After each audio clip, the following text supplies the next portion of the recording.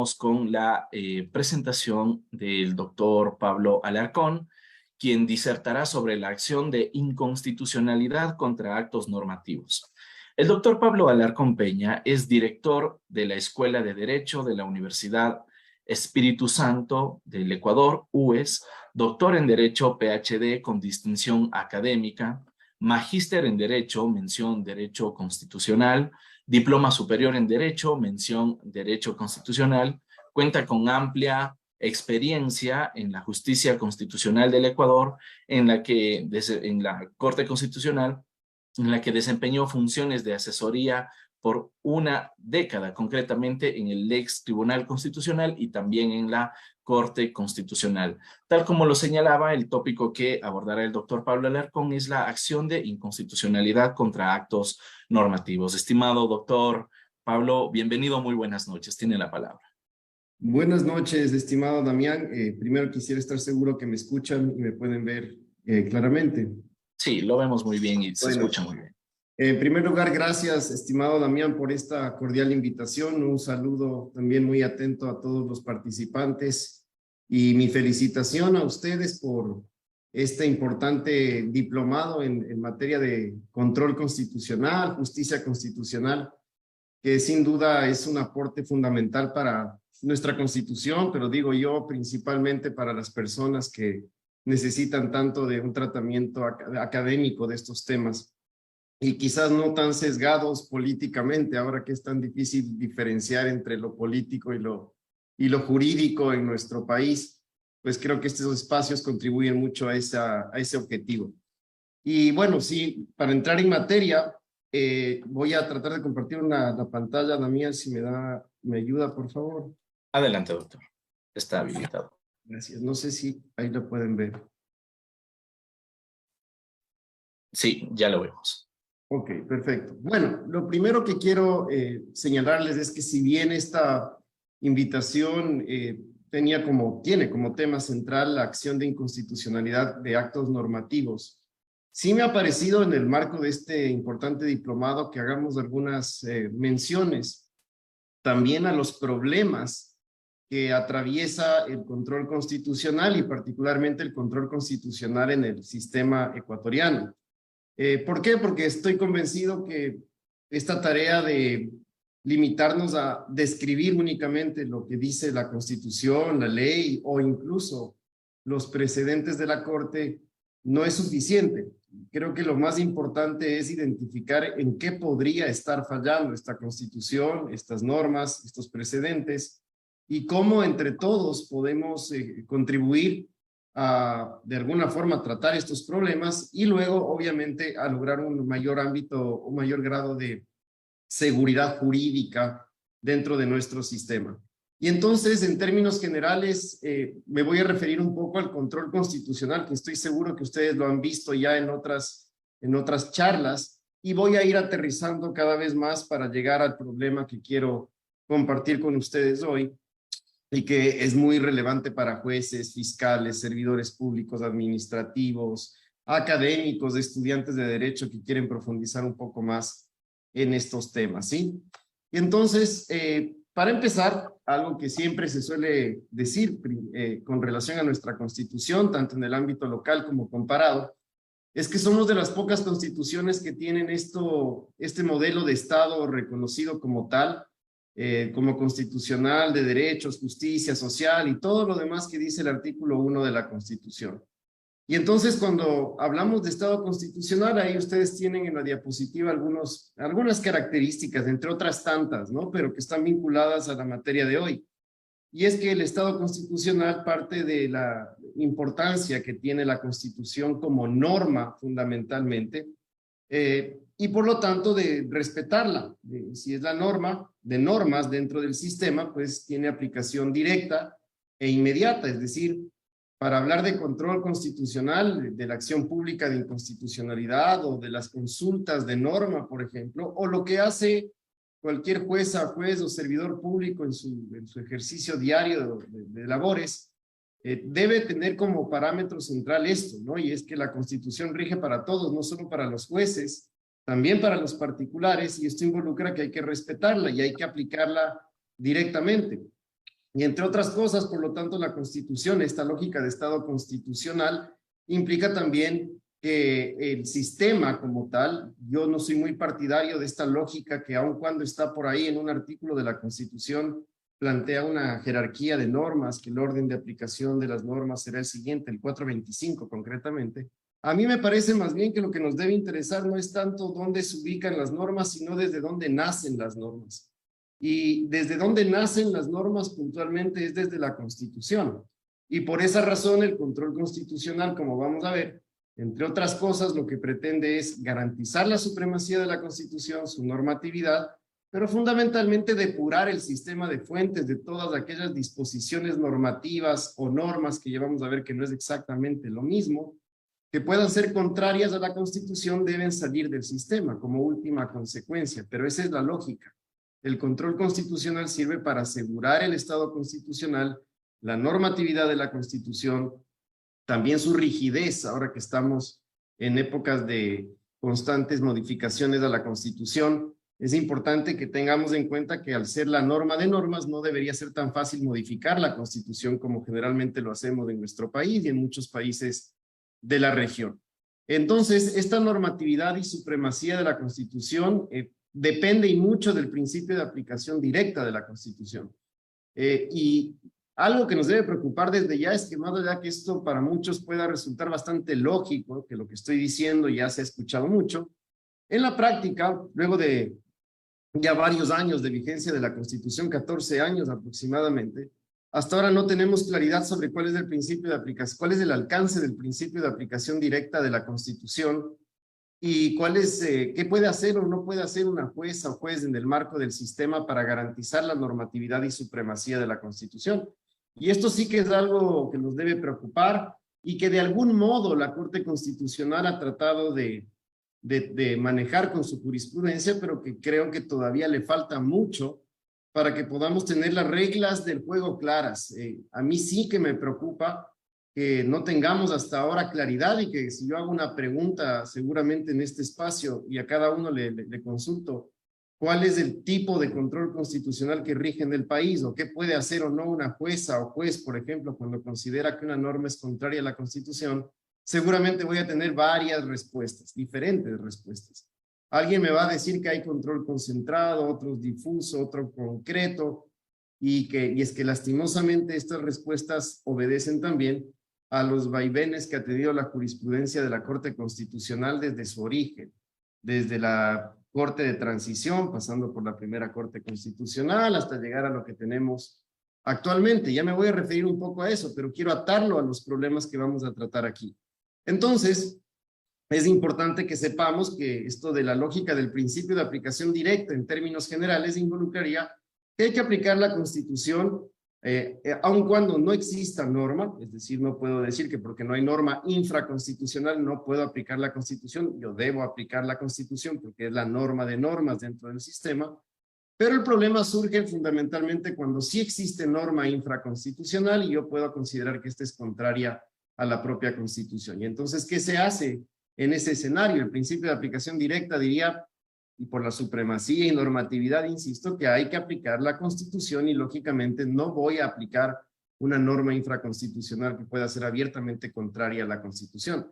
Pero en la práctica ecuatoriana, concretamente, eso no está del todo claro, ya vamos a ver enseguida. Y luego el que sea de derechos, que también es muy importante. A nosotros nos gusta que nos pongan en la Constitución expresamente o en las normas finalmente, porque esa es nuestra formación. Si la norma lo dice, lo respeto.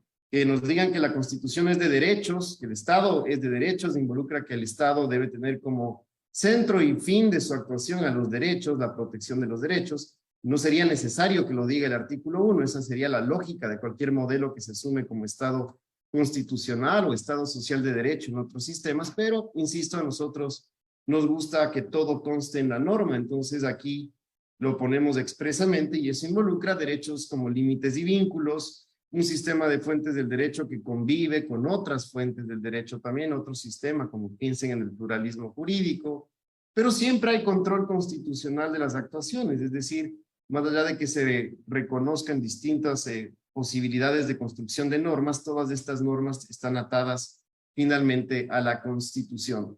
esto de la axiología implícita. Toda norma infraconstitucional, partiendo de esta lógica que les digo, si surgen desde la Constitución, entonces se asume que todo esto se presume como constitucional, todas las fuentes.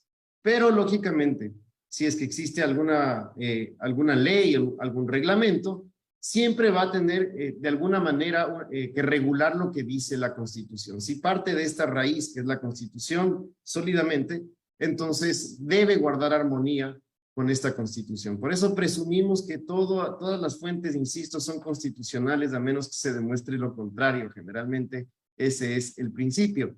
Por lo tanto, los derechos se ubican detrás de los reglamentos, de los estatutos, de las leyes, y cualquiera que ésta sea, cualquiera norma que ésta sea, el intérprete, quien las aplica, siempre debe tener como parámetro a la Constitución. Esa es la lógica de tener un Estado constitucional y no un Estado legal, como ustedes seguramente han analizado y mucho, y por eso es que hay un cambio trascendental, al menos desde lo que dice la teoría y desde lo que plantea la norma constitucional. El Ecuador no es más un Estado de derecho, reducido derecho a ley, ¿no? Porque ese es el otro punto. Nosotros, por nuestra formación jurídica, generalmente nos referimos indistintamente a derecho y ley como si fueran exactamente lo mismo, cuando lo cierto es que la ley es una de las tantas fuentes que integran el derecho, una sola de ellas. Y la Constitución, por supuesto, es la fuente más importante del derecho en el caso de estos modelos de Estado y en el caso ecuatoriano concretamente. También ustedes habrán visto que este tipo de control constitucional, los tipos de control constitucional tienen principalmente dos vertientes, uno que seguramente analizaron ya, que parte de este Judicial Review, que hay varios casos importantes como Madison versus Marbury, donde se les da esta fuerza a los jueces fundamentalmente para que puedan asegurar lo que decía previamente, la normatividad, la supremacía de la Constitución, que cuando tienen un caso frente a ellos, resuelvan siempre en el sentido que más proteja o garantice lo que dice el texto constitucional. Y por eso se empodera a los jueces para que los jueces, quienes tienen más relación con el día a día, con la vida real de las personas, no fallen en contra abiertamente de la propia Constitución. Entonces, ¿qué es lo que pueden hacer? Ustedes ya encuentran ahí la lógica del control difuso. Lo que hacen es aplicar directamente la Constitución. Esto tiene como consecuencia una inaplicabilidad para el caso concreto, un alcance interpartes, para que quede más claro, de la disposición normativa que resulte contraria a la Constitución. Y entonces todos los jueces, no solo un tribunal o una corte, sino todos los jueces dentro del sistema, tienen ese poder que le da la Constitución para que se conviertan también en los guardianes de esta Constitución.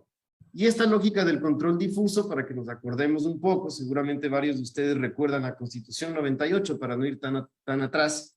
En esa Constitución se planteaba entre los tipos de control constitucional en el Ecuador el control difuso de constitucionalidad. Ese era uno de los tipos. Y se decía expresamente que cuando una jueza o juez considere que había una disposición contraria a la Constitución, lo que hacía era aplicar la Constitución, consecuencia de eso, inaplicar la ley, resolver el caso y elevar un informe al entonces Tribunal Constitucional para que sea el Tribunal Constitucional el que falle con alcance general, es decir, verificar si realmente la norma era contraria o no a la Constitución y si lo era, darle un alcance general a la declaratoria de inconstitucionalidad. Lo que teníamos en el 98, por lo tanto, era un sistema mixto de control constitucional en el que había un control concentrado en competencia del Tribunal Constitucional y un control difuso en manos de todos los jueces.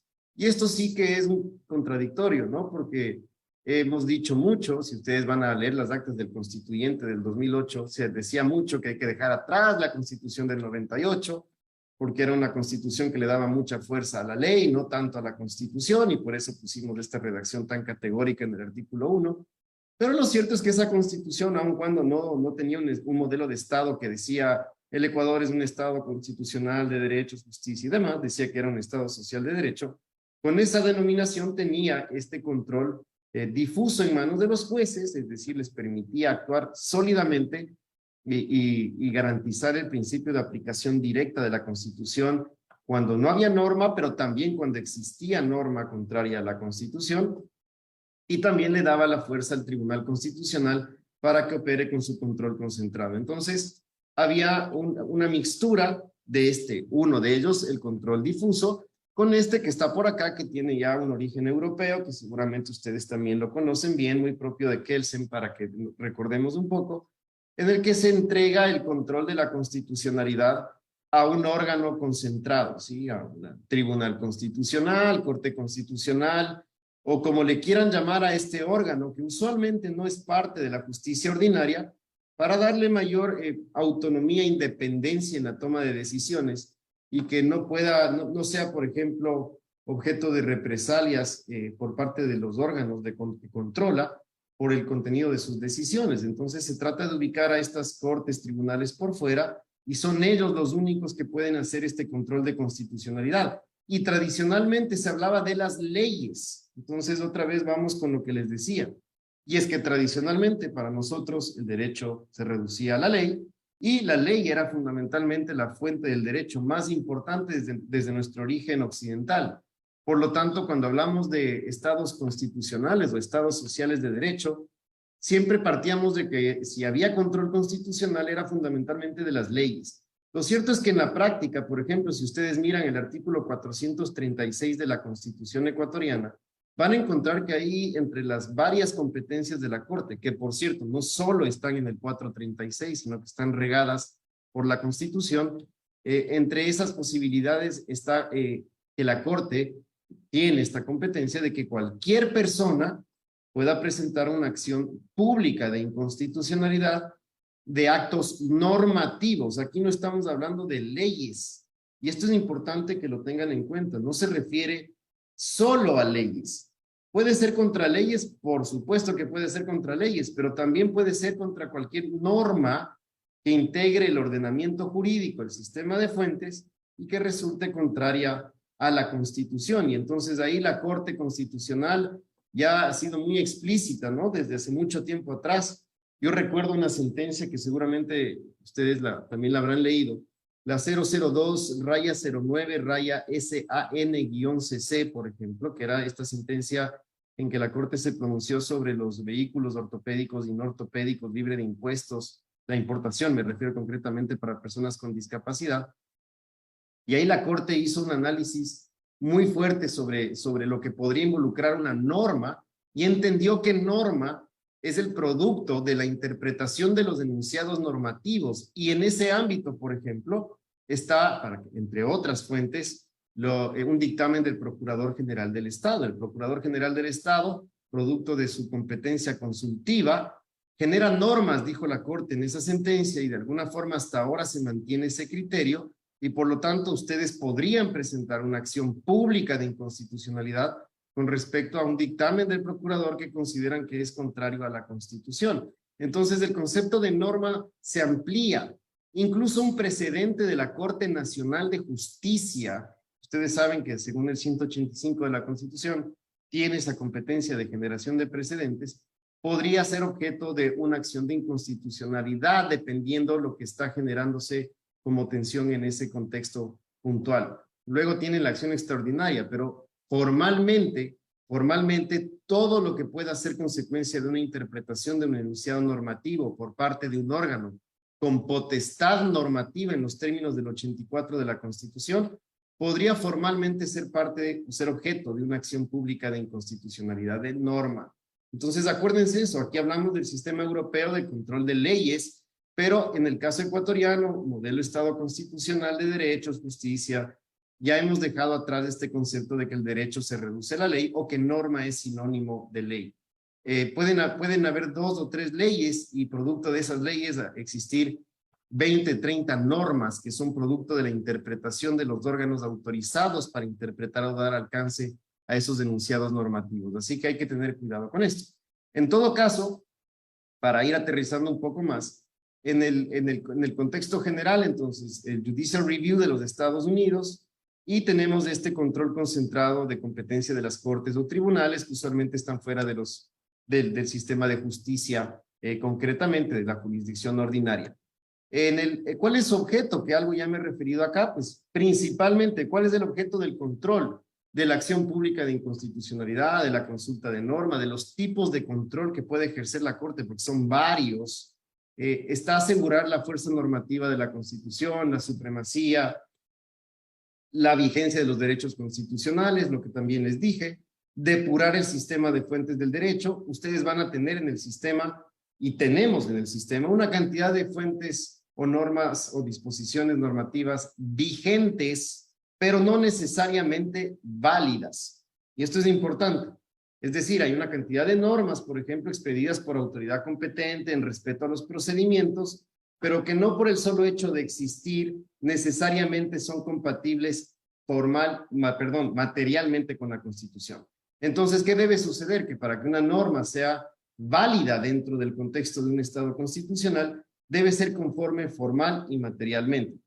Por eso es que cuando nosotros consideramos que existe una norma que está vigente, pero que es contraria a la Constitución, le pedimos a la Corte que ejerza su control constitucional y en los términos de lo que dice la propia Constitución. Si la Corte, como última ratio, encuentra que esta norma es contraria a la Constitución, lo que hace no es expulsarla, sino declarar la invalidez de la norma o de la disposición normativa, y la consecuencia de esa invalidez es la expulsión del ordenamiento jurídico, la expulsión del sistema de fuentes del derecho. Entonces, acuérdense que hay una diferencia, no toda norma vigente es válida, ¿sí? Y eso es importante que tengamos en cuenta. Una norma será válida principalmente cuando se ajusta a derechos, garantías, es decir, a estos componentes materiales. No basta con cumplir los procedimientos de formación. Por eso ustedes tienen que, cuando se plantea una acción de inconstitucionalidad, la Corte analiza dos cosas: el control formal, que tiene que ver con el procedimiento de formación, cómo se llegó a dictar esta disposición normativa, si se cumplió con las mayorías requeridas para esto, y luego si encuentra que esto sí fue conforme formalmente a la Constitución, debe necesariamente entrar igual a analizar si es materialmente constitucional, es decir, al análisis de fondo. Por eso ustedes escuchan mucho esto de la declaratoria de inconstitucionalidad por la forma y fondo, o por la forma únicamente, o por el fondo que puede suceder. Si una norma no cumple con el procedimiento de formación, la Corte puede declarar su inconstitucionalidad por la forma, y al hacerlo se expulsa del ordenamiento jurídico. Pero como vamos a ver, también a la Corte le dan una obligación de hacer un control mucho mayor a ese, para verificar, por ejemplo, que mañana, si la Asamblea Nacional, si hablamos de leyes, cumple con el procedimiento de formación, no dicte una ley que pueda ser abiertamente contraria a la Constitución. Así que la Corte aprovecha y analiza también si es que el contenido material de esta disposición normativa es conforme o no a la Constitución. Y eso es parte del control integral que debe realizar la Corte Constitucional. Y por otra parte, ahí me citaba Aragón, para citarles nada más, es que el control constitucional, el verdadero control constitucional, surge fuerte, de manera fuerte, cuando se recupera la fuerza normativa de la Constitución. Y ahí puse una nota, que aquí hay un punto importante de diferencia con la Constitución del 98, porque no es que el control constitucional se inaugura en el Ecuador desde el 2008, pero lo que sí se inaugura expresamente como una competencia de la Corte Constitucional es que la Corte es el máximo órgano de interpretación auténtica de la Constitución. Máximo, no el único, pero es el máximo, y sus decisiones tienen carácter vinculante, eso dice el 436, numeral 1. Entonces, ¿qué pasa con esto y por qué lo menciono? Y es que no puede haber un verdadero control constitucional fuerte, me refiero, sólido, si esa corte o tribunal no tiene una competencia de interpretación de la Constitución también fuerte. En el 98, ustedes recordarán que la competencia de interpretación auténtica de la Constitución la tenía el Congreso Nacional de la época, no la tenía el Tribunal Constitucional. Y por eso es que ustedes tenían, entre otras cosas, el tribunal no dictaba sentencias, dictaba resoluciones producto del control constitucional, y tampoco podía recurrir, como vamos a ver, también lo habrán visto, me imagino, a lo largo del curso, a este tipo de decisiones o sentencias manipulativas, aditivas, sustractivas, varias opciones, sino que se limitaba a dictar decisiones estimatorias o desestimatorias, es decir, acepto o niego. No tenía mayor margen de maniobra, y lo más grave es que no tenía forma de lograr la ejecución obligatoria de sus decisiones, es decir, no tenía ese poder para hacer ejecutar sus propias decisiones. En el 2008, esta competencia de interpretación de la Constitución sale del Parlamento, le entregamos a la Corte. Para muchos de esto ha sido peligroso, hay quienes sostienen que hay que devolverle al Parlamento esta competencia. Es muy usual en el Ecuador, siempre vamos en un círculo vicioso y es muy probable que luego tengamos ya iniciativas formales para que esto suceda. Pero por ahora lo que pasa es que la Corte tiene este rol de intérprete auténtico muy fuerte y por lo tanto tendrá y tiene un rol muy fuerte también en el ámbito de control. Si algo está claro en nuestro sistema es que el control constitucional con intensidad fuerte y también el de convencionalidad en el Ecuador lo tiene la Corte Constitucional, con intensidad fuerte me refiero. Es decir, que puede controlar integralmente, que sus decisiones son sentencias, que no puede emitir o hacer ningún tipo de control si no interpreta la Constitución. Porque el ejercicio es técnico en el control constitucional, a diferencia de una acción extraordinaria, por ejemplo. Cuando yo le presento una acción pública de inconstitucionalidad a la Corte hace un análisis de conformidad, muy técnico, de comparar si esta disposición normativa es conforme a la Constitución, y eso involucra reglas, valores, principios constitucionales. No analiza los hechos del caso puntual, sino analiza el texto de esas disposiciones, obviamente con el debido fundamento de quien lo presenta, para determinar si es necesario que la Corte ejerza su control constitucional en primer término, porque esto pasa por un filtro de admisión, pero si pasa, la Corte tendrá que recurrir a todas sus posibilidades para tratar de asegurar que esta norma sea conforme a la Constitución, y si no lo logra, finalmente declarar su invalidez y expulsarla del ordenamiento jurídico. Todo esto se da, insisto, por su rol de intérprete de la Constitución. Entonces, ahora sí hablamos de sentencias de control de constitucionalidad. Acá no es una recomendación, hay una obligación de cumplimiento y ustedes saben que la Corte también tiene la posibilidad de verificar el cumplimiento de sus propias decisiones conforme lo dice, por ejemplo, el artículo 436, numeral 9 de la Constitución y el 164 de la Ley Orgánica de Garantías Jurisdiccionales y Control Constitucional. Así que ese es el objeto en términos generales y aquí tienen ustedes esto que en el Ecuador empieza a ser una maraña de confusiones hasta ahora, lastimosamente, con relación a cuáles pueden ser los tipos de control. Teóricamente estas son las posibilidades en relación con el órgano que lo realiza, concentrado, o si es difuso, si lo tienen todos los jueces, o si es mixto, es decir, lo que les decía que teníamos en el caso de la Constitución del 98. En relación a los efectos, si el control produce un efecto abstracto o un efecto concreto, y en relación al momento, si el control es anterior o posterior, y esto también es importante que lo tengan en cuenta. Cuando yo hablo de la acción de inconstitucionalidad de actos normativos, que es el tema central que me han pedido trate hoy, pues ustedes están hablando ya de un control posterior, es decir, ya existe norma, por lo tanto es posterior.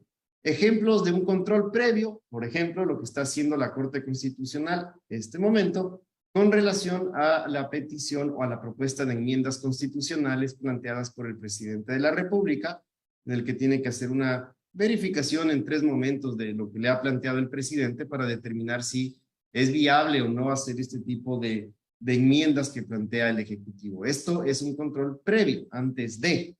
También sucede con los instrumentos internacionales de derechos humanos, es decir, la Corte tiene varias funciones de control, varias competencias de control. Una de ellas es la acción de inconstitucionalidad de actos normativos, ¿sí? Y aquí ustedes encuentran en ese cuadro algunas características. El concentrado, como ya les decía, tribunal especializado, difuso, todos los jueces. Abstracto lo realiza esta Corte especializada en materia constitucional. Y el concreto es el que lo hacen los jueces a propósito del caso puntual que resuelven, pero no es difuso formalmente porque no tienen en el marco del control concreto la facultad de inaplicar disposiciones que consideren contrarias a la Constitución.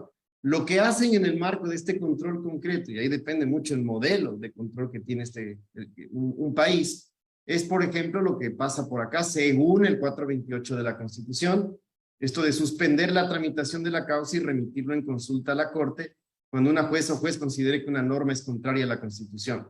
Entonces, hay que le dicen, no, sí le estoy entregando un rol de control de la Constitución, pero no le estoy entregando el rol fuerte del control difuso, de qué producto de este ejercicio interpretativo para resolver el caso usted resuelva aplicando la Constitución, más allá de que inaplique, lo puede hacer la disposición normativa infraconstitucional y si es el caso y hay control mixto, elevar un informe al órgano concentrado. Entonces, en el control concreto, puntualmente, no hay esta posibilidad que sí da el control difuso, que si ustedes se dan cuenta, el control difuso parte de un activismo judicial más fuerte. Confíen mucho en los jueces en el rol de controlar la Constitución, no solo de una corte o tribunal, sino de todos los jueces que integran el sistema en el marco de sus competencias, que eso es muy importante. Y bueno, y cada país está en la libertad de escogerlo, ¿no? ¿Qué tipo de control constitucional? ¿Cuál va a ser su modelo de control? Y eso está bien. El problema es cuando el modelo de control no está claro. Eso es lo que pasa en el sistema constitucional ecuatoriano, lastimosamente. El parámetro de constitucionalidad quiere decir con respecto a qué debe analizar la Corte cuando se le presenta una acción de inconstitucionalidad de acto normativo, por ejemplo. Y entonces ahí deben acordarse mucho que es respecto a las normas que integran la Constitución, y ahí tienen valores, principios y reglas constitucionales. Son estos tres tipos de normas que ustedes van a encontrar en la Constitución. Los valores están principalmente en el preámbulo de la Constitución. Hay quienes dicen que el preámbulo no es norma. No, sí es norma, más allá de que haya diferencias con una regla, por ejemplo, en el nivel de ejecución o de aplicación, pero lo que está en el preámbulo de la Constitución, claro que es parte de la Constitución, ¿sí? Entonces ahí van a encontrar estos valores que están ahí establecidos, sentimientos, convicciones, qué es lo que busca hacer el Estado, un territorio libre de paz, por ejemplo. Por ahí se menciona hasta un Dios en el preámbulo de la Constitución, que ya pasó en la historia de la Corte, que alguien le pidió a la Corte que interprete ese preámbulo y le diga de qué Dios está hablando el constituyente. Hasta ahora la Corte nunca resolvió ese caso, ahí está guardado, por lo que ustedes entenderán la complejidad para la Corte de definir qué Dios es aquel que menciona el preámbulo de la Constitución, pero esto es parte, es un ejemplo claro de lo que dice el preámbulo, también es parte de la Constitución. Pero no solo tenemos que tomar en cuenta lo que dice formalmente la Constitución, lo que está escrito en esa Constitución, porque nuestra Constitución también da paso a que tengamos en consideración a instrumentos internacionales de protección de derechos humanos que resulten más favorables en la protección de derechos que la propia Constitución. Eso no lo dijo la Corte.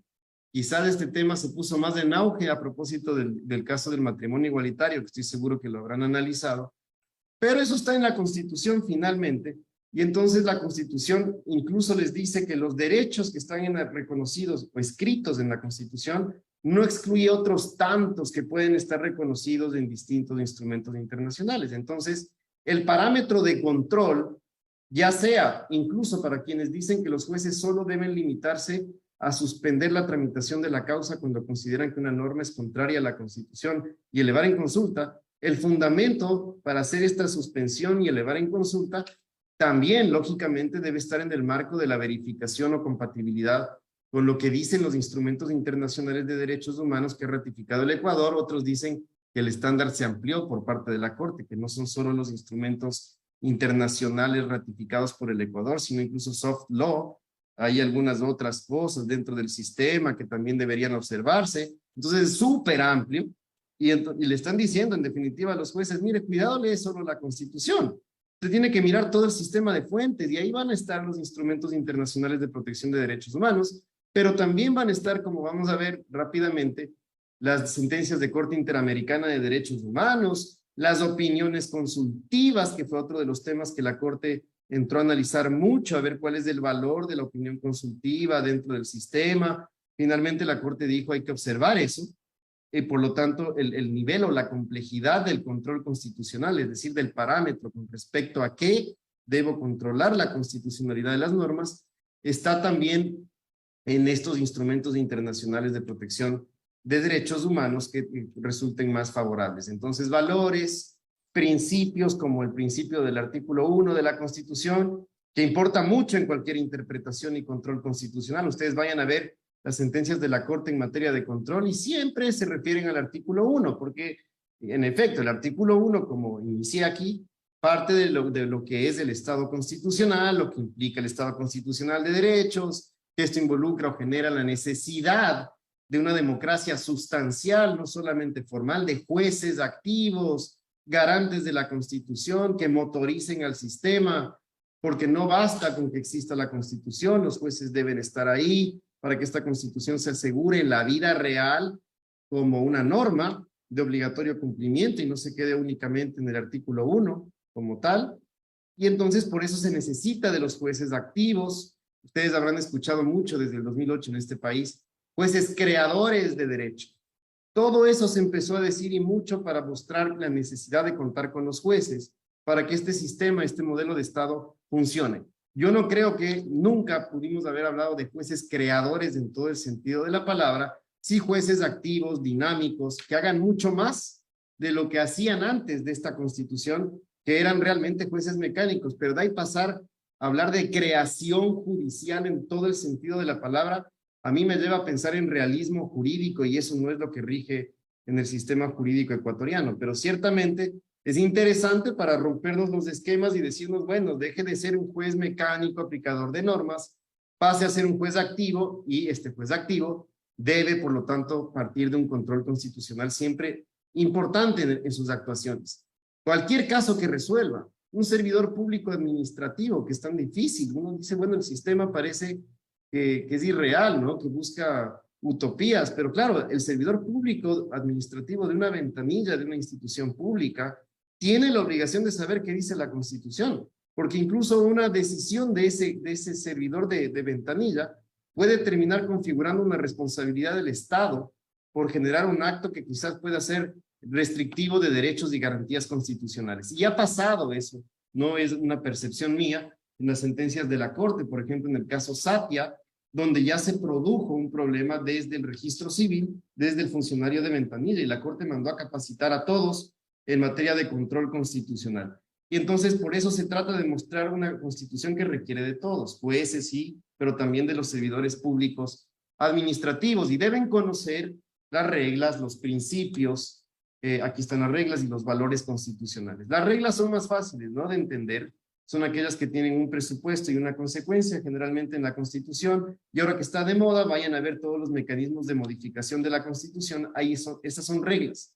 ¿Qué se puede hacer vía enmienda? ¿Qué no se puede hacer vía enmienda, por ejemplo? ¿Qué se puede hacer vía reforma parcial? ¿Qué no se puede hacer vía reforma parcial?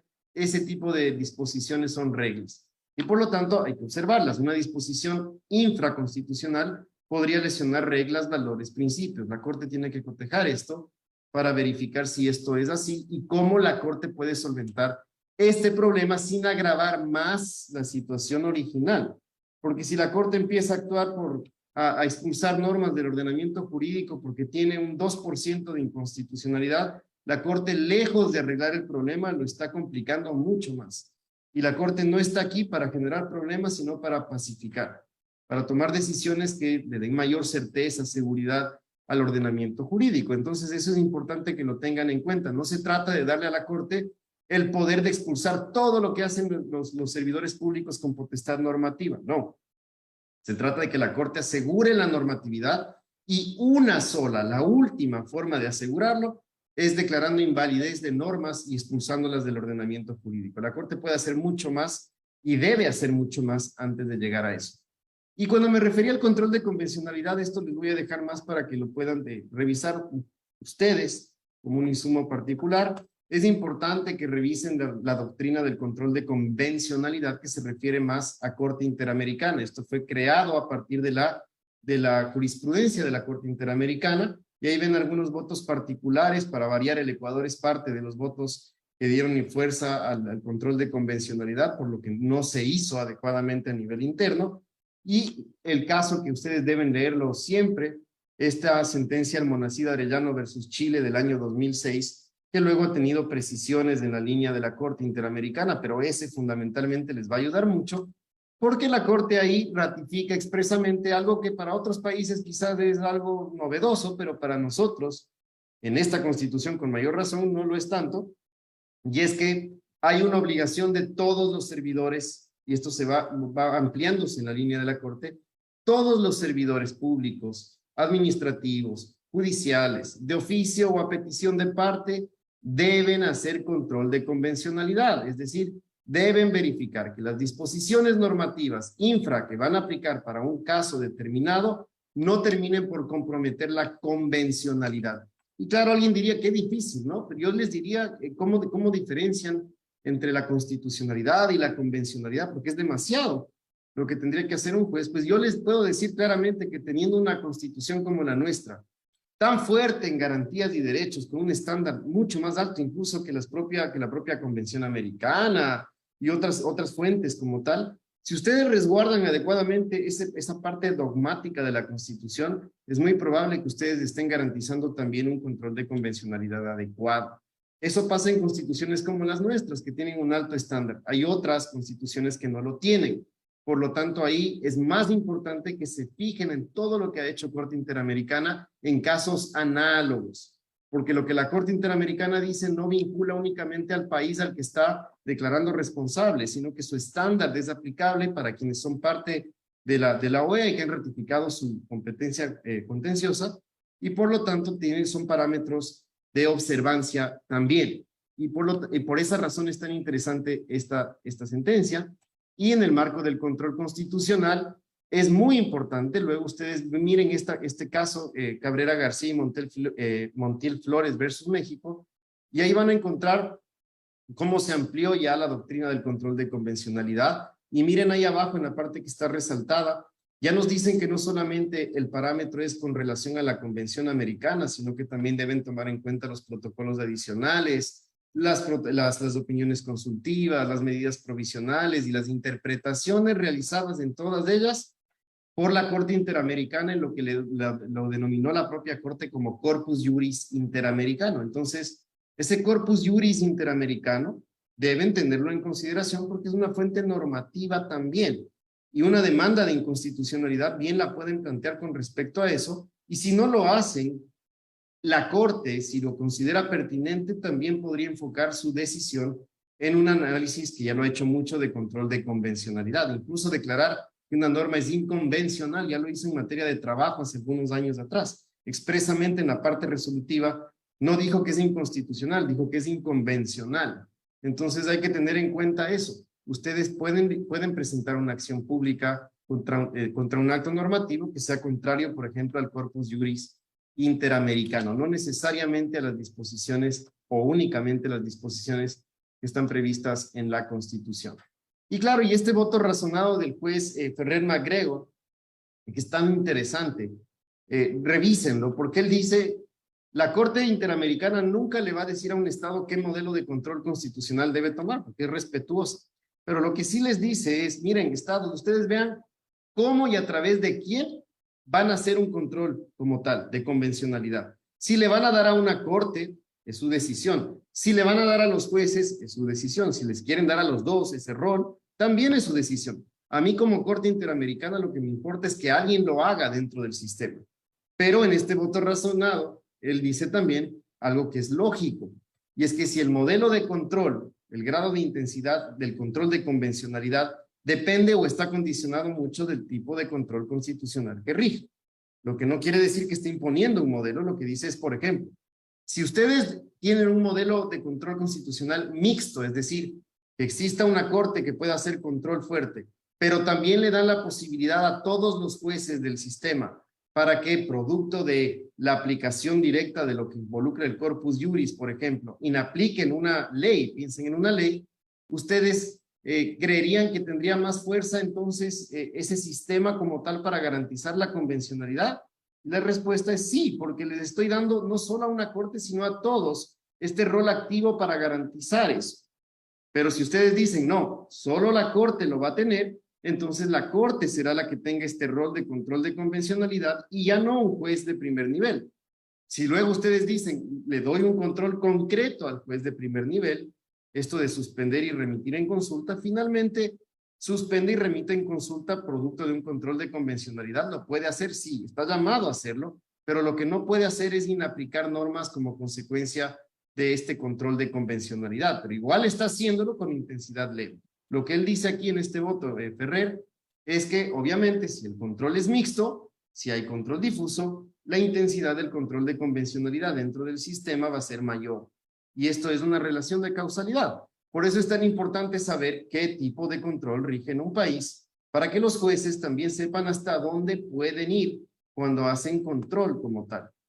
Y aquí les he puesto nada más, porque esto nos llevaría todo, seguramente un semestre a analizarlo, pero aquí están algunas de las formas de control de la Corte, el control posterior que me referí, que también está la consulta de norma, el 428, que está muy marcado todo esto por lo que la Corte ha dicho en su jurisprudencia. Acuérdense que la jurisprudencia de la Corte es fundamental.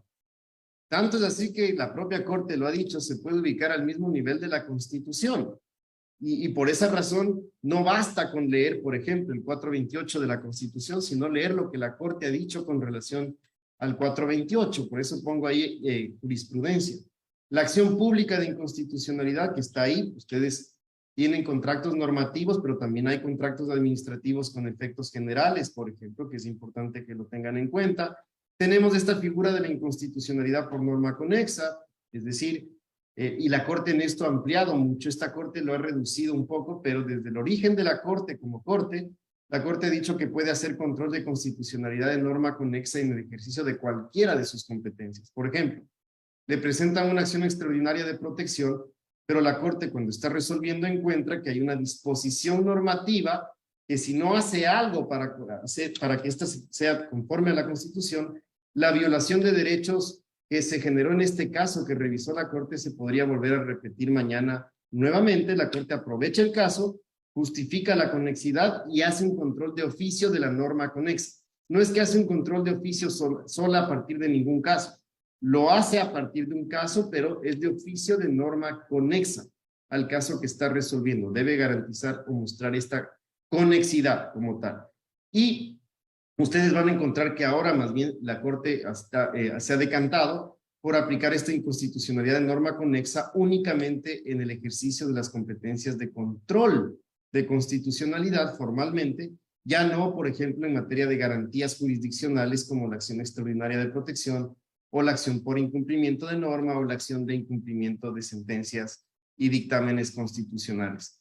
Y también está esta otra acción, que también hay decisiones de la Corte al respecto, de la inconstitucionalidad por omisión, también es una acción, y esta inconstitucionalidad por omisión quiere decir que el producto es inconstitucional justamente, porque no existió la norma que debió haberse emitido en un momento determinado, ¿sí? Entonces, frente a la omisión, también cabe el control constitucional por parte de la Corte Constitucional.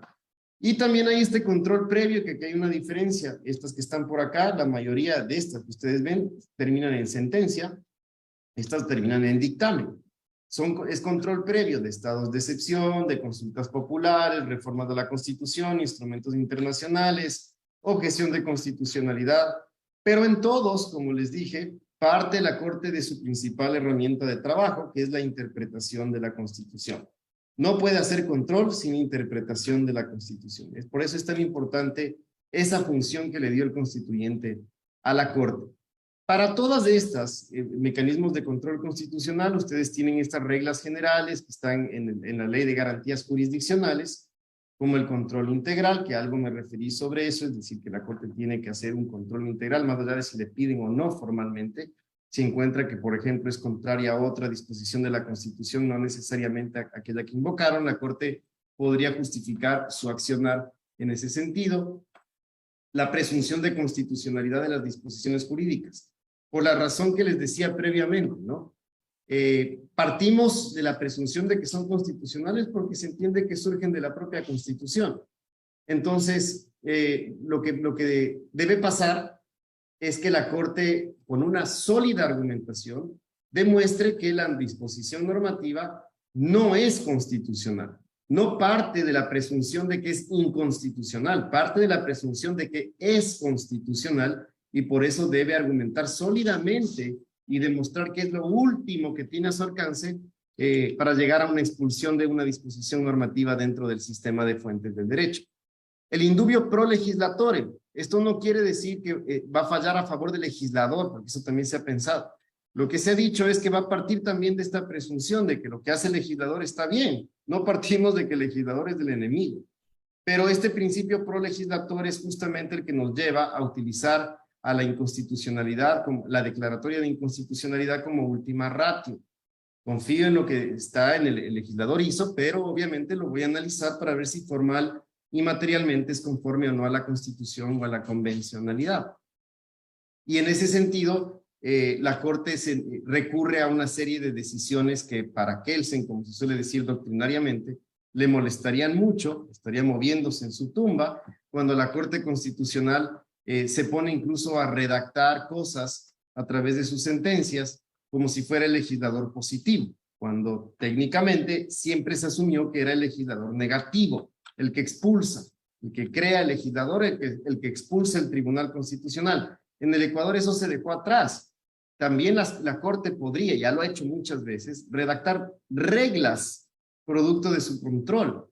Cada vez menos esta Corte, esta conformación particularmente, le ha dado un sentido diferente a eso, porque no quiere asimilarse a un legislador, pero en la historia de la jurisprudencia de esta Corte Constitucional, desde que existe con la Constitución 2008, van a encontrar muchas reglas que muestran que la Corte, en el marco del control constitucional, puede ser un legislador negativo, porque puede expulsar, pero también podría dictar normas, por lo tanto, es un legislador positivo. Y esta segunda parte es la que más controversias ha generado desde el punto de vista doctrinario y, por supuesto, práctico, porque cada vez que la Corte hace esto, y si se trata de legislador, estoy seguro que ustedes saben que han habido ya tensiones en el que el legislador reclama y dice, ustedes no tienen competencia para eso, el que tiene la competencia soy yo, usted Corte limítese a verificar y si es el caso expulsar, pero no a dictar normas.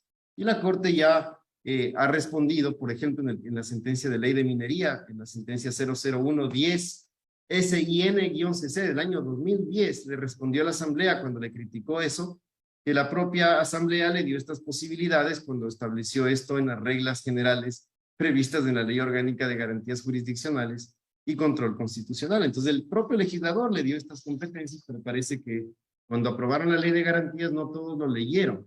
Y ahora recién empiezan a cuestionarse muchas cosas, porque claro, es una Corte más fuerte en el sentido de protección de derechos y garantías, lo que resulta incómodo ciertamente para el poder y para los agentes con potestad normativa. La interpretación conforme, que es muy importante, y la permanencia de las disposiciones jurídicas, ya me refería a eso. Lo último debe ser la expulsión de las normas dentro del ordenamiento jurídico, indiscriminadamente la Corte no está para eso.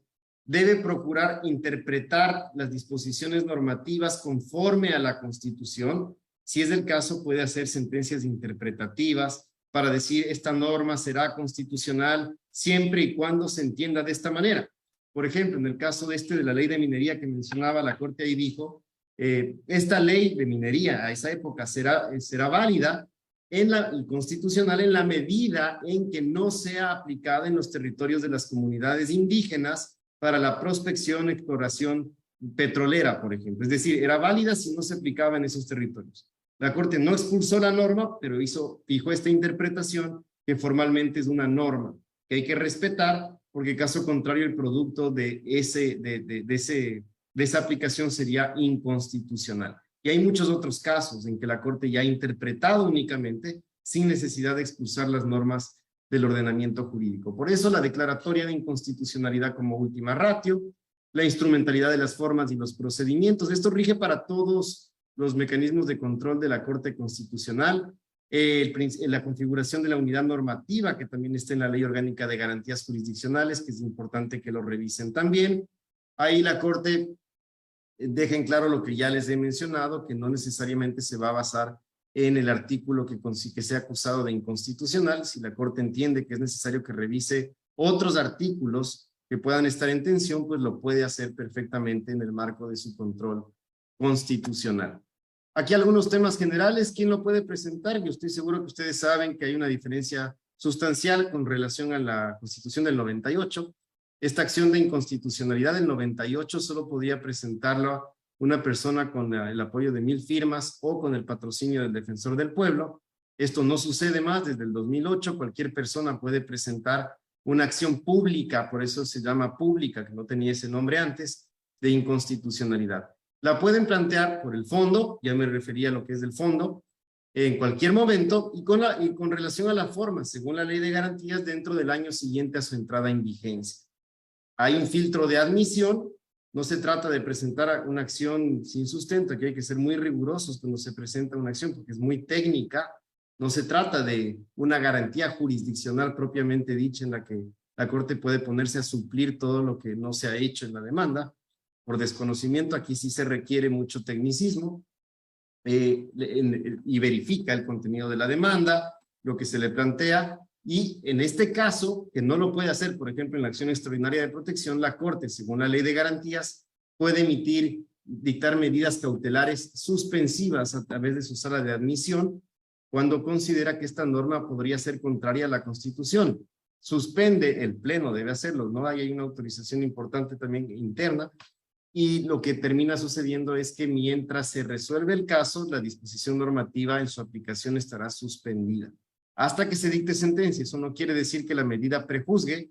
Puede pasar, como ya ha sucedido, que la Corte luego dicte sentencia y deseche la acción de inconstitucionalidad y consecuentemente levanta la medida cautelar que tomó su sala de admisión, ¿sí? Entonces, eso es importante que lo tengan en cuenta.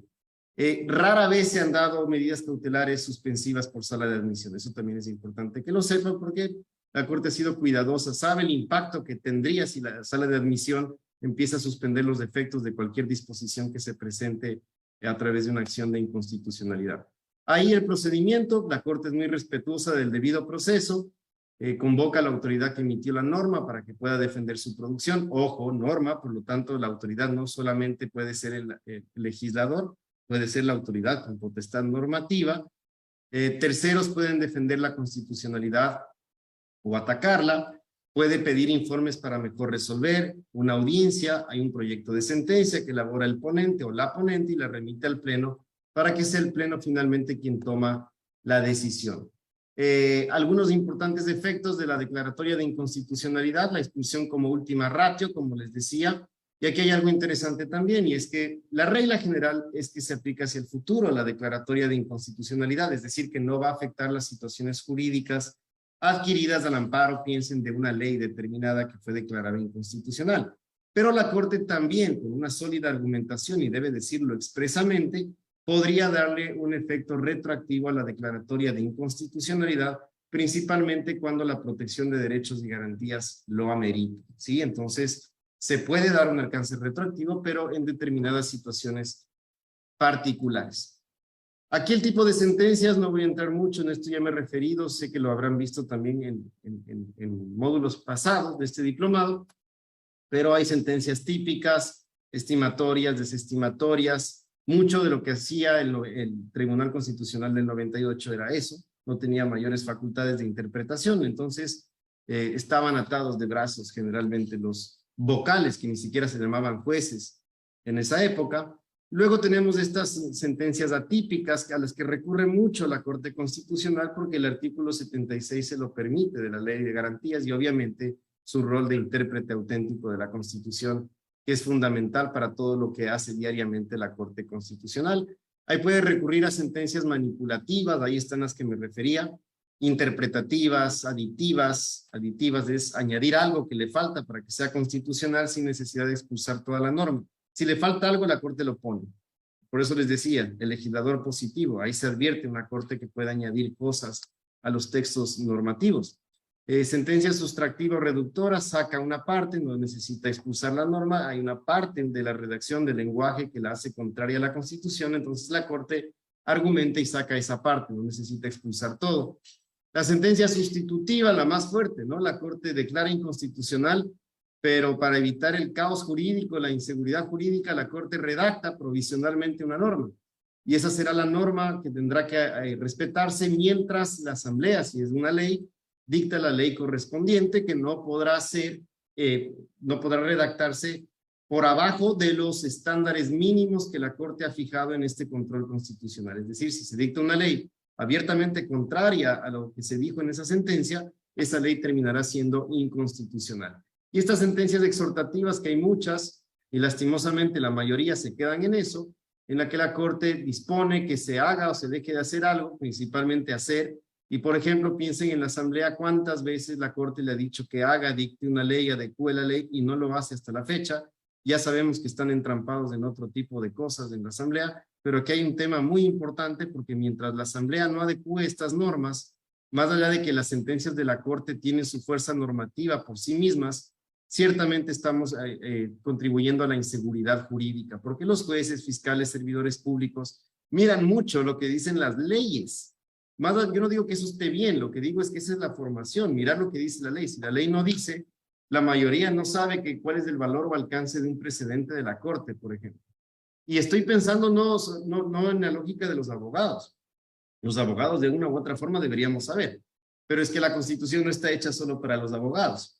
Entonces todos deberían saber esto y por esa razón es importante que la Asamblea Nacional cumpla su rol y adecue o expida la normativa que la Corte ya le ha dispuesto, que no le ha pedido de favor, para que lo haga inmediatamente. Han pasado incluso casos 10 años en que la Asamblea no cumple con lo que la Corte le ha dicho. ¿Y qué puede hacer frente a eso alguien?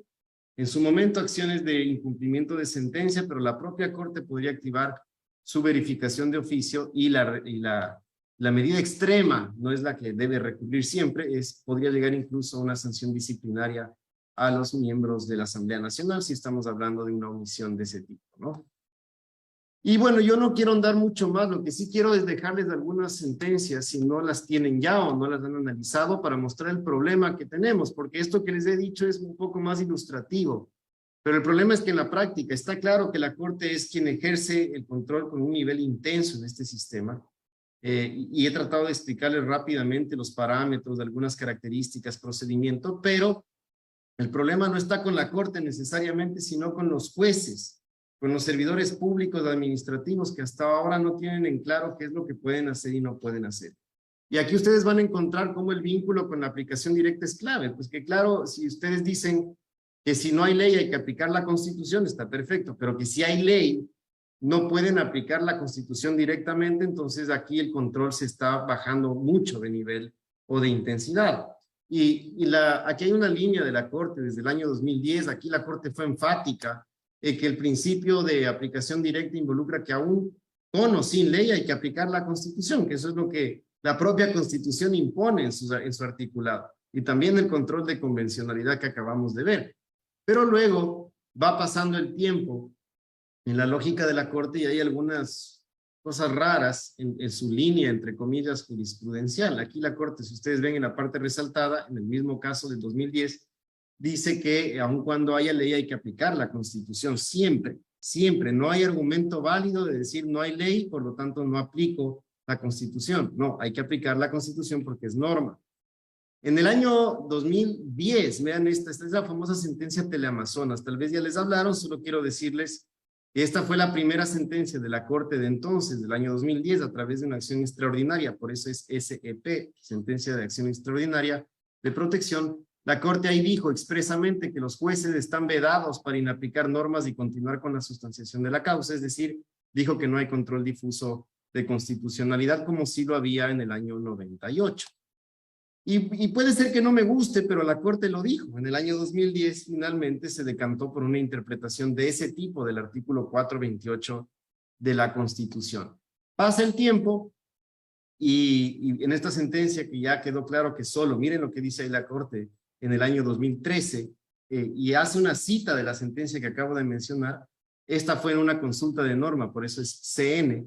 La Corte dice expresamente que en el Ecuador solamente existe el control concentrado de constitucionalidad, y abajo pone que ningún juez, bajo ningún concepto, podría inaplicar una disposición normativa que considere contraria a la Constitución. Si tiene o considera que es contraria, debe suspender la tramitación de la causa y remitirlo en consulta a la Corte. Eso era lo que había dicho la Corte en el año 2000, hasta el año 2013 fundamentalmente.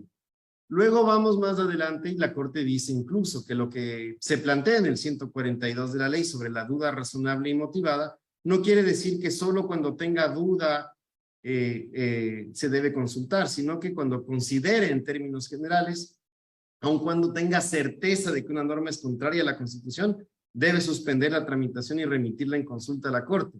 La Corte aquí le dio sentido a lo que dice el 142, que todavía está vigente este criterio, y lo que dijo es que más bien hay que entender como un deber de motivación, es decir, que si una jueza o juez considera que una norma es contraria a la Constitución, debe justificarlo de manera razonable y motivada a la Corte, para que no le pregunten a la Corte, que no le hagan consultas como sí pasó en la historia constitucional de este país, que la Corte diga qué opina del Estado constitucional, qué opina del Estado legalista, y mientras tanto se suspendía la tramitación de la causa y los jueces enviaban indiscriminadamente los casos a la Corte, y la Corte se llenaba de expedientes y los jueces puntuaban ante el Consejo de la Judicatura por emitir providencias de ese tipo. Entonces, la Corte aprovecha este caso y dice, no, eso no va a volver a pasar, me van a tener que cumplir con estos 4 presupuestos que les estoy mostrando acá, al menos identifique el enunciado normativo, los principios o reglas que se estarían infringiendo con eso. El deber de motivación nunca les dice a los jueces que no pueden interpretar conforme a la Constitución las normas, lo que les dice es que si con eso no pueden, entonces que lo justifiquen que no pudieron, para que esto pueda llegar a la Corte Constitucional y se justifique la suspensión de la tramitación de la causa, porque de por medio está la tutela judicial efectiva prevista en el artículo 75 de la ley. Entonces, esto es importante que lo tengan en cuenta. Estas reglas la Corte empezó a verificar en sala de admisión para evitar tener que entre todo y pronunciarse en sentencia hasta que eso pase. De hecho, pasaron. Hasta ahora hay casos de consultas de norma que la Corte no ha resuelto de años atrás, de 10 años atrás en muchos casos. Así que ese no era el fin de esta medida, pero en todo caso, en el año 2013 la Corte lo dijo. Luego, en el año 2018, esta es la famosa sentencia de la Cervecería Nacional, seguramente habrán escuchado de ella, la que ahora se habla mucho como la culpable de lo que ha pasado con los jueces en materia de garantías que no pueden prevaricar. Lo habrán escuchado. Esta es la sentencia, concretamente en que la Corte dijo que los jueces en materia de garantías constitucionales no les pueden aplicar el prevaricato porque necesitan argumentar de manera más fuerte y de alguna manera están dándole una intensidad mucho más fuerte de control de constitucionalidad, de aplicación directa de la Constitución. En el buen sentido eso se ve bien, pero en la práctica ya vemos que esto ha terminado generando abusos y la imposibilidad y arbitrariedades, que la discrecionalidad está bien de los jueces. Esa es mi posición, lógicamente, respeto mucho otras.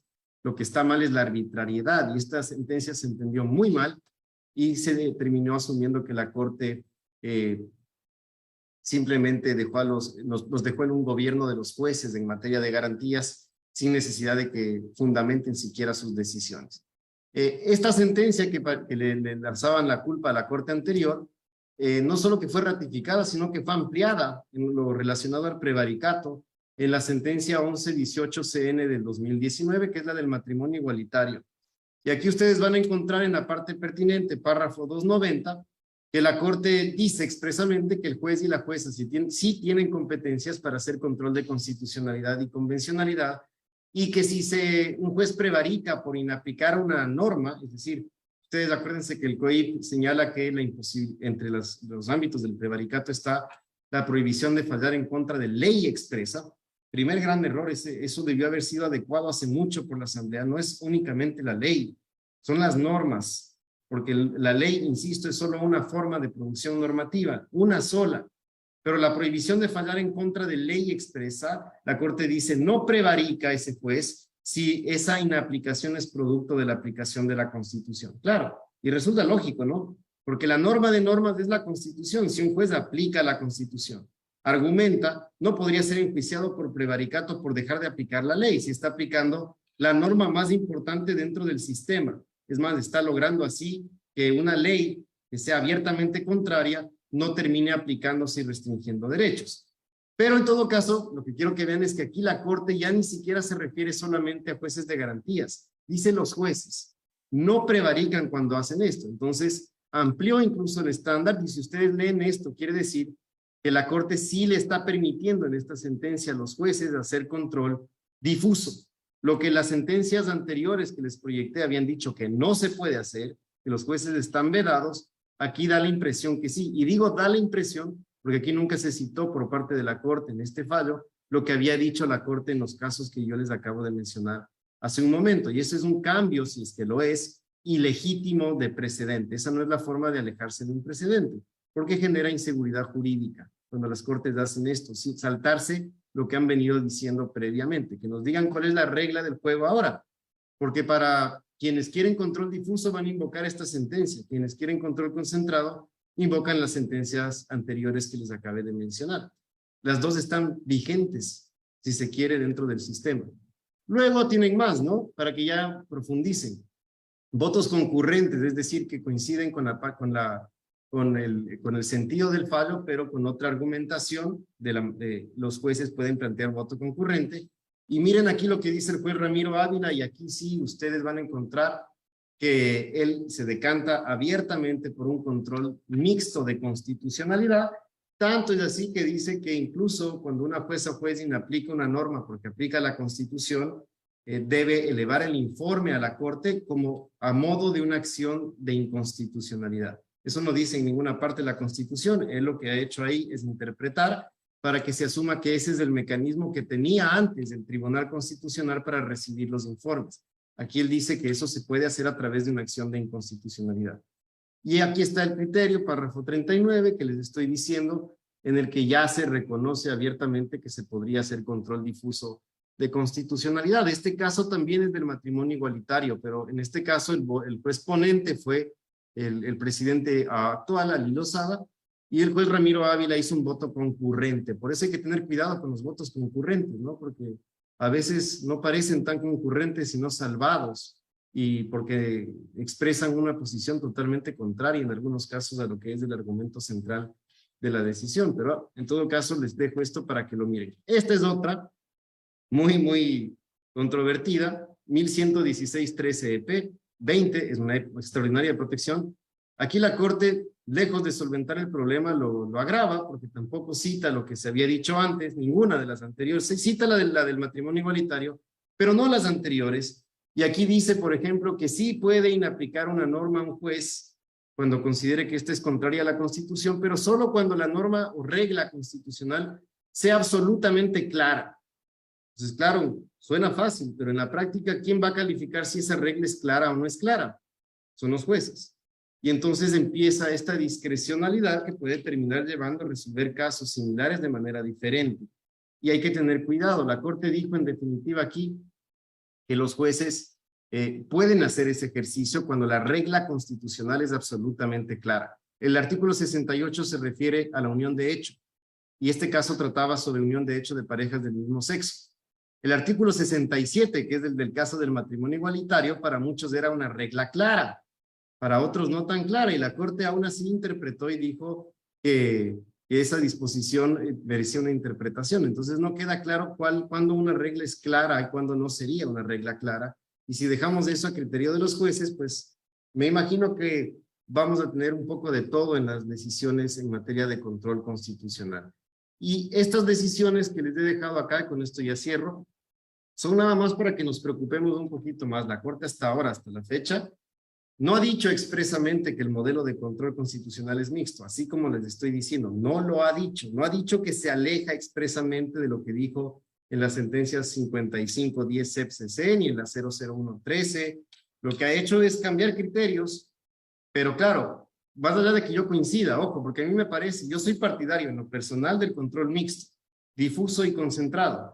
Pero el tema no es lo que a mí me gusta, el tema es lo que plantea la Constitución y lo que la propia Corte ha fijado. Si yo quiero cambiar el criterio, puedo hacerlo, pero hay que tener cuidado porque la Corte no es el órgano competente para mutar la Constitución, sí para interpretarla, pero no para reformarla.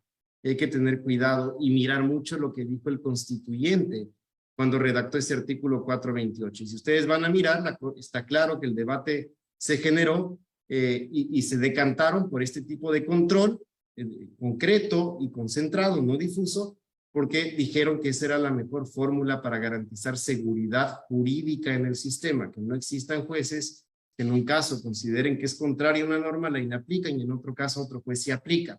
Para evitar este tipo de cosas, decantó por ese modelo de control. En todo caso, en la práctica, espero y confío en que la Corte va a hacer un análisis más minucioso en esta sentencia, ya lo adelantan, dicen que habría sido el momento perfecto para que la Corte solvente, ellos lo reconocen, estos criterios disparejos que tienen varios de sus integrantes con relación al modelo de control constitucional.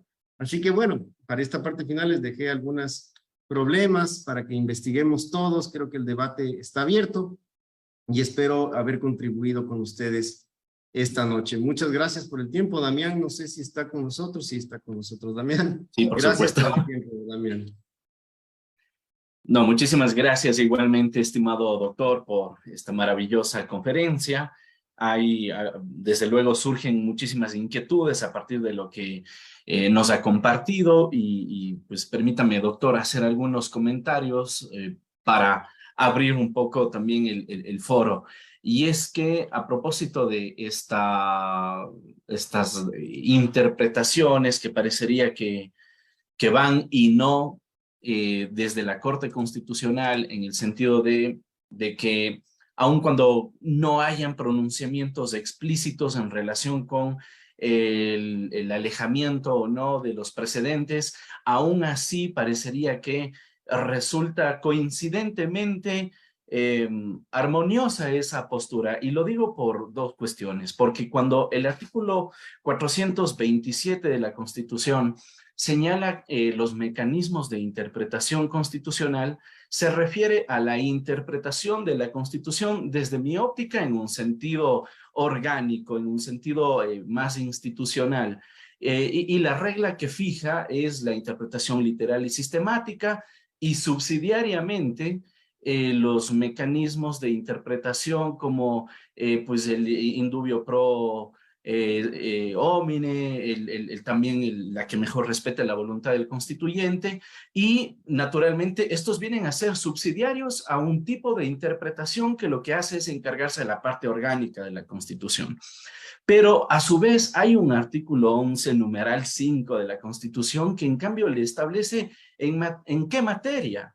Y ahí me parece que está la salida, porque cuando el artículo 11 dice, en materia de aplicación de derechos rigen los siguientes principios.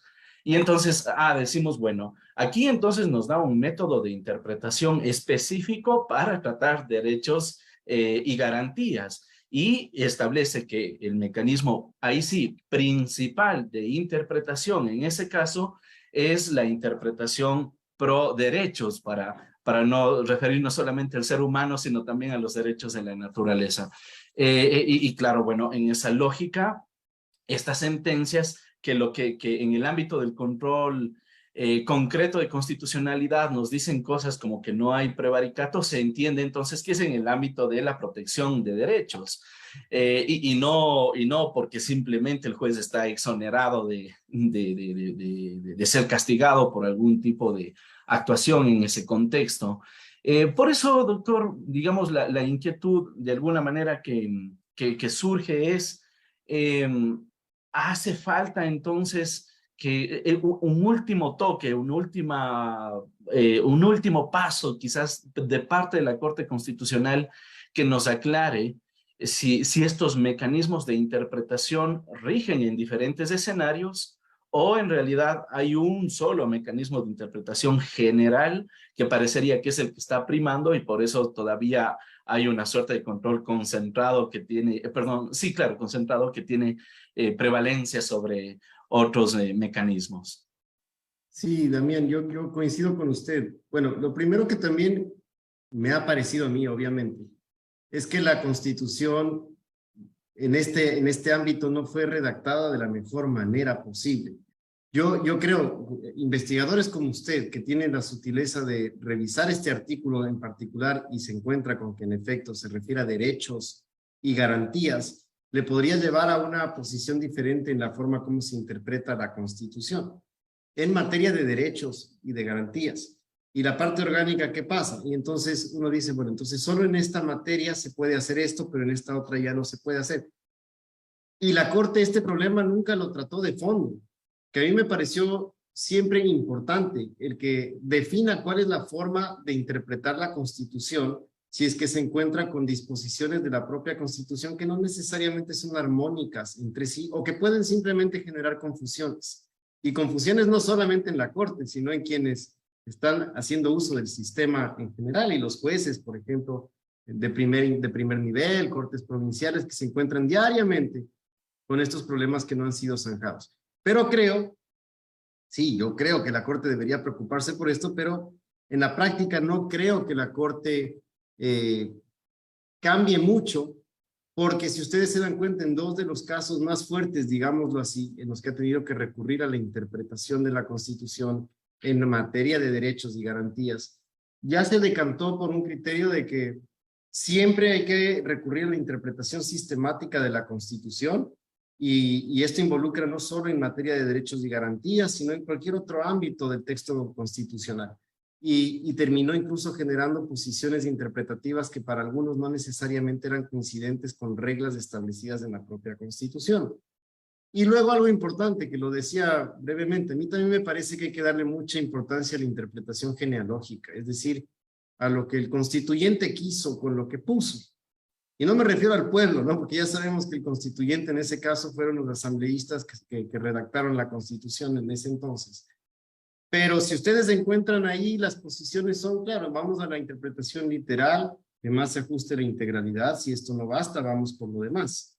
Pero, por ejemplo, hay varios casos en que la Corte bien pudo haberse referido al menos a la interpretación genealógica o a lo que dicen las actas del constituyente, y al parecer esa no es una materia importante para la interpretación. Casos como el del matrimonio igualitario eventualmente pudieron haber variado en su conclusión si leían un poco más de eso. Yo no digo que esté a favor o en contra, lo que digo es que hay que darle un sentido integral a lo que dice el 427, ¿no? Ahí están los mecanismos y la propia Corte advierte que hay dudas, entonces, ¿vamos a dar el paso o no damos el paso? ¿Qué se puede hacer? ¿Hasta dónde puede interpretar la Corte? ¿Cuándo entra en la esfera de la reforma, que me parece muy peligroso? Excelente, doctor. Y a propósito de recurrir al constituyente para lograr una interpretación originalista, surge la duda si en efecto tenemos que recurrir a lo que el constituyente dejó en actas, registrado en el proceso, o quizás al pensamiento político y social de la época. Porque, bueno, pasa que hoy en día, digamos, nuestros representantes dan opiniones, digamos, en nombre de la ciudadanía, en nombre de la generalidad, que no siempre reflejan lo que está pensando el ciudadano. Bueno, de repente el político, ahora que ya se acercan elecciones, mira que la gestión que ha hecho es espectacular, ¿no? Si es que ese político fuera una persona que quiere dar cuentas de buena fe en el proceso constituyente, posiblemente diga cosas que en realidad no estaba pensando la ciudadanía, ¿no? Entonces, ¿en qué medida ese constituyente refleja el pensamiento social de la época como para que esa interpretación originalista pueda ser válida? Yo creo, Damián, que el hecho de recurrir a lo que quiso hacer el constituyente no implica respetar de manera omnímoda y hacia el futuro todo lo que dijo. Lo que me parece a mí es que es importante identificar qué fue lo que quiso hacer, incluso para adaptar esos criterios a las cambiantes circunstancias sociales, políticas que se puedan generar en un contexto social. Porque creo que estamos todos claros que la Constitución tiene que estar en constante adaptación, y la adaptación no se da exclusivamente a partir de enmiendas, reformas o asambleas constituyentes, sino que las cortes, como la nuestra, por ejemplo, semanalmente le están dando sentido a la Constitución y la están moviendo. Lo único que quiero hacer énfasis es que incluso para estos pasos importantes que dan las cortes, es importante reconocer lo que estuvo atrás de la configuración de una determinada norma constitucional. Respetar hasta donde se puede. Nadie dice que para siempre, porque si no yo estaría a favor de esta posición del derecho de los muertos rigiendo a los vivos, y eso lejos de lo que creo realmente. Más bien muestra mayor predictibilidad, que creo que eso nos falta mucho en un sistema que no ha estado acostumbrado a lidiar tanto con la jurisprudencia como fuente, como es el caso ecuatoriano. Muy bien, estimado doctor, muchísimas gracias. Solo le traslado un par de Sí. comentarios sugestivos que tienen tinte de pregunta. A ver, antes de eso, escuchemos a Edward y posteriormente a Washington, que tienen su mano levantada. Lo escuchamos, doctor. Muchas gracias. Doctor, una consulta, ya que... Ok. Bueno, muchas gracias, doctor. Muy excelente ponencia. Consulta, si se diera este tipo de control mixto, donde le vamos a permitir a cualquier juez que haga interpretación constitucional según su ponencia, necesitaría entonces el Ecuador, que es el país del que se está hablando, una especie de recurso de casación por control de jurisprudencia para tratar de unificar los diferentes criterios que emanen de las sentencias diversas que se van a producir.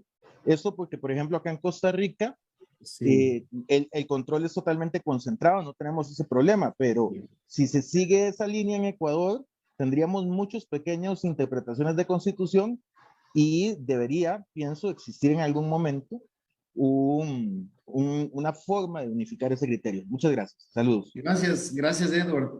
Lo primero es que yo quisiera tener su suerte, por decirlo de algún modo, porque usted sí sabe qué tipo de control constitucional hay en Costa Rica, bien o mal, pero lo sabe. Acá la situación está un poco extraña y como lo mencionaba con estos precedentes de la Corte, hay un voto concurrente, que es el que mostré, en el que señala expresamente que la vía para hacer esto que usted plantea sería la acción de inconstitucionalidad, es decir, la jueza o juez que aplica la Constitución y consecuencia de ello inaplica una norma y resuelve el caso, tiene que remitir esto que hizo a conocimiento de la Corte, y la Corte lo que dice es hágalo a través de la acción del mecanismo acción de inconstitucionalidad que está reconocido en la Constitución. Y claro, para mí, más allá de la buena intención de esa conclusión, porque me parece que tiene una buena intención, darles fuerza a los jueces y demás, y garantizar predictibilidad, seguridad jurídica, porque finalmente la Corte va a analizar el escenario puntual. El problema es que, ahí vamos a lo que decíamos con Damián, es que en ninguna parte de la Constitución se establece que la acción de inconstitucionalidad sirva para eso. Cosa que sí pasaba, y me refiero al mecanismo, en la Constitución del 98 en el Ecuador. Ahí sí se decía que el informe, a modo de informe, debe llegar esto a conocimiento del Tribunal Constitucional. Esto ya no existe en la norma constitucional. Si alguien lee y encuentra que hay un mecanismo, competencia de la Corte para recibir informes producto de la inaplicabilidad de normas, no la hay. La Corte lo que ha hecho es ampliar el alcance de una competencia que tiene, que es la acción pública de inconstitucionalidad, y dentro de ese marco decir, juez, usted utilice esa para llegar a mí, y de esa forma yo voy a verificar que lo que usted hizo estuvo bien o no estuvo bien, y así resguardo que el resto del sistema no se me salga de las manos. Entonces, ese es el mecanismo que la Corte ha intentado, y digo intentado porque en la práctica, eso que está en un voto concurrente no refleja el sentir de la mayoría de los jueces. Y aquel juez que planteó eso incluso ya no es parte de la Corte Constitucional actualmente. Entonces, hay que tener cuidado con este tema y estar muy atentos para saber qué es lo que va a hacer la Corte Constitucional. Pero yo insisto, cuidado, ¿no? Porque a modo de este tipo de interpretaciones, luego vamos a ir alterando ya el texto en sí de la Constitución. No había la competencia, yo la fijo a partir de esto, a pesar de que no se dijo expresamente en el texto constitucional. Y eso es peligroso, y no es la primera vez, ojo, ¿no? Ya pasó con la acción de incumplimiento de sentencia, que la Corte vía jurisprudencia dijo que es garantía jurisdiccional cuando la Constitución no lo dice. Excelente, estimado doctor. Y vamos con Washington Campoverde. Lo escuchamos, doctor. Buenas noches, profesor Pablo. Buenas noches con todos, doctor Damián. Bueno, ofrezco primeramente una disculpa por la cámara. Tengo un problema que no lo pude solucionar. Doctor Pablo, mis felicitaciones por su ponencia. Bueno, es muy gratificante volver a compartir sus espacios con maestros del talante de usted. Mis felicitaciones completas por la ponencia. Y estoy totalmente de acuerdo con lo que usted indica, que estamos en varios escenarios, en una disyuntiva total por el tema de no saber qué tipo de control existe en nuestro país. Más aún porque esto en realidad debilita el Estado constitucional de derechos, debido a que pues, el más alto deber del Estado es precisamente garantizarlos, más aún en lo que tienen que ver las garantías jurisdiccionales por parte de los jueces. En ese sentido estoy totalmente en acuerdo. Mi pregunta sería más o menos puntual con respecto de los actos normativos que tienen que ver con los gobiernos autónomos descentralizados. Son actos normativos de carácter general, sin embargo, en un caso puntual en el que se establece un impuesto, una tasa para el pago de mejoras, se está obviando, hay un derecho constitucional en los adultos mayores. Sin embargo, ya un consejo anterior derogó esta ordenanza municipal, pero nuevamente la volvió a sacar, valiéndose de una consulta a la Procuraduría General del Estado. En ese sentido, cabría aquí la acción pública de inconstitucionalidad bajo el análisis formal, debido a que la creación pues, de esta norma no fue evidentemente como lo dice el COTAD, sino que simplemente la sacaron nuevamente a la luz una vez estando derogada, y también la adecuación en lo que respecta a la materialidad del respeto, obviamente, de los derechos que están establecidos para los adultos mayores en la Constitución y obviamente en las leyes infraconstitucionales.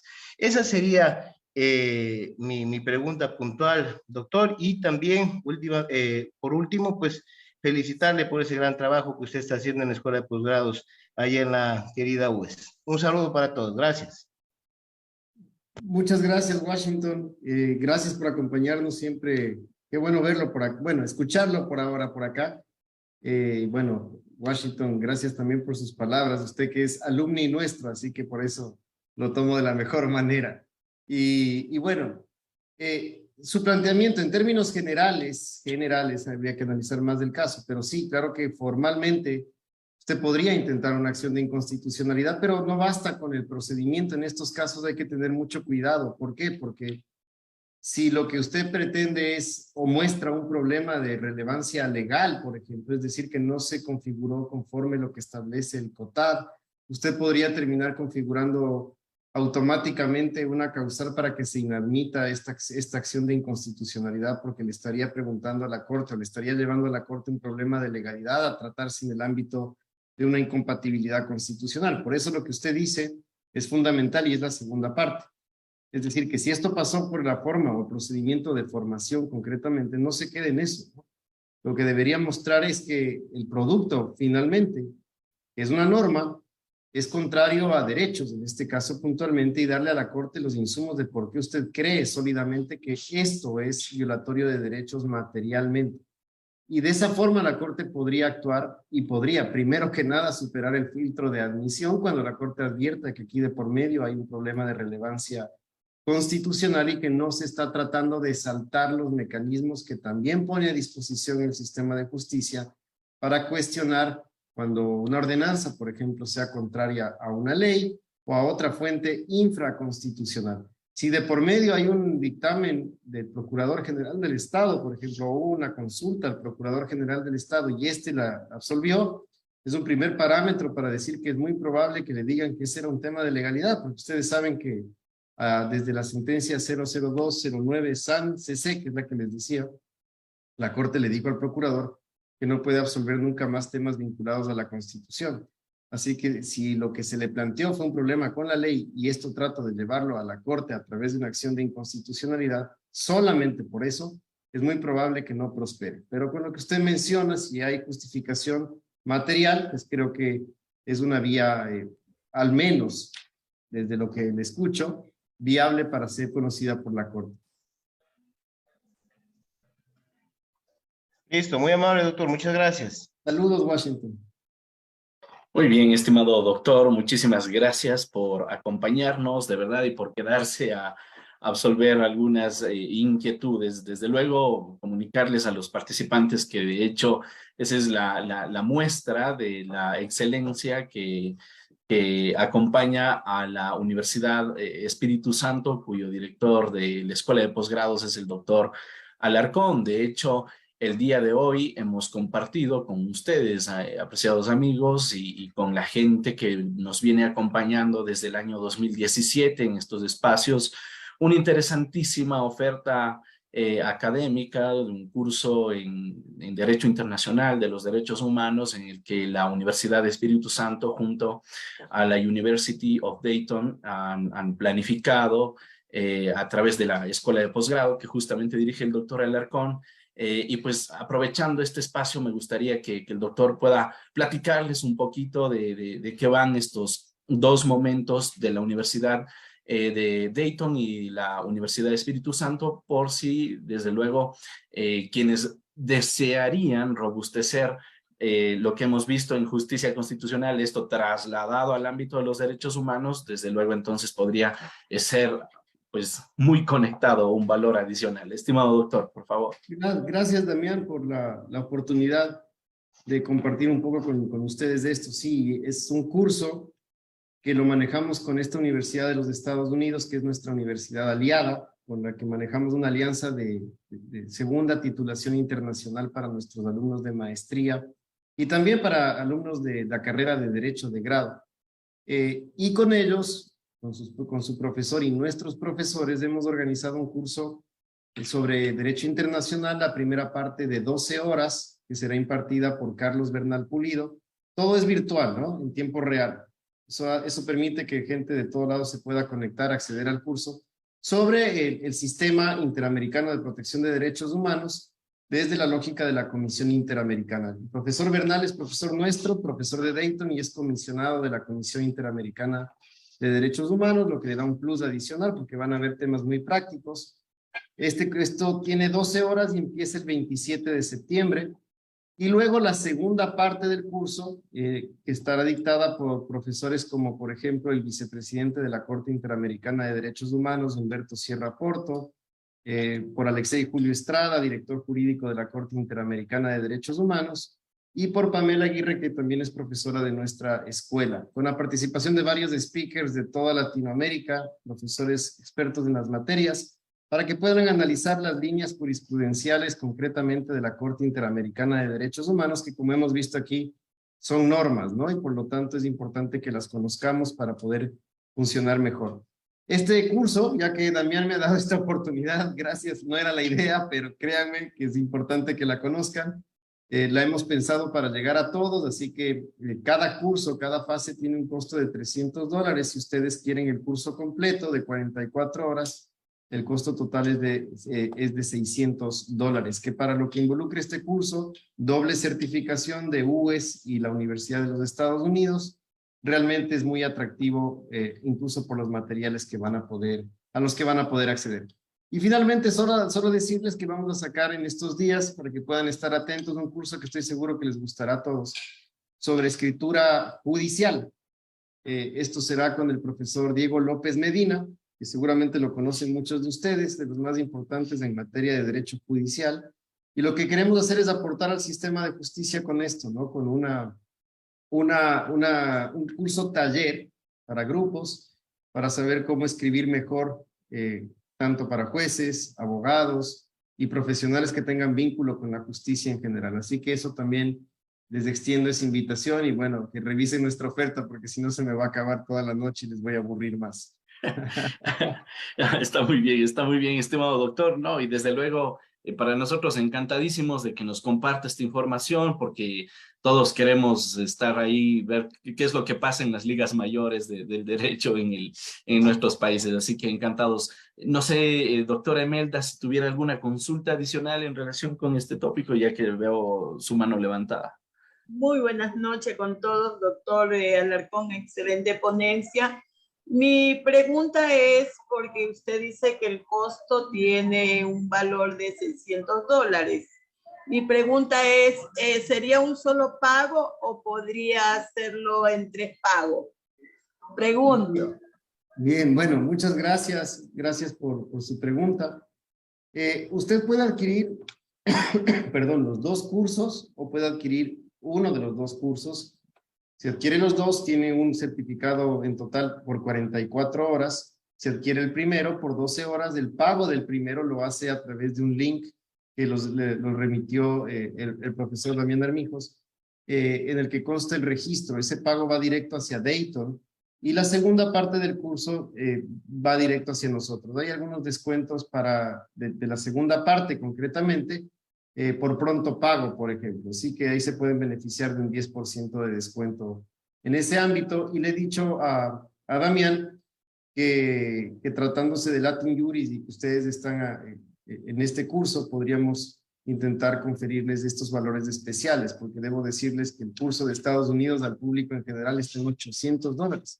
Así que es estos valores que les estoy dando ya vienen con subsidio, como se suele decir, y por eso les invito a aprovecharlo, porque realmente vale la pena que tomen los dos cursos para que sea mucho más completo y tengan Comisión Interamericana y Corte Interamericana de Derechos Humanos, que eso les va a dar mucha más fuerza, ¿no?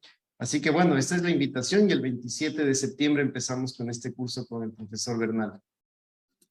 Excelente, excelente, estimado doctor. Muchísimas gracias por compartirnos esta importantísima información y de nuestra parte encantados también de que podamos seguir ampliando estos espacios con instituciones tan importantes. Una vez más, doctor, muy agradecido por acompañarnos en este espacio y finalmente cederle la palabra otra vez para que pudiera despedirse de esta audiencia. Gracias, querido Damián, gracias por la invitación, gracias a todos por la paciencia, por estas preguntas tan capciosas. Sigamos trabajando juntos para, ojalá, que el Estado constitucional termine siendo efectivo, que es lo que más nos interesa a todos. Y esta es la manera, ¿no? Aportando responsablemente, no desde la política, tampoco desde falsas promesas. Creo que es importante que ya nos preocupemos sobre la aplicación de las normas, no solamente de la estructura de las normas y de proponer enmiendas, cambios a la Constitución, cuando el problema va mucho más allá de eso. Así que felicitaciones más bien, Damián, a usted, a todo Latin Juris, a todos ustedes por su compromiso. Miren la hora que es, que se sigan capacitando y habla mucho de su preocupación. Y eso le va a hacer bien al país y al sistema judicial. Así que felicitaciones más bien para todos ustedes.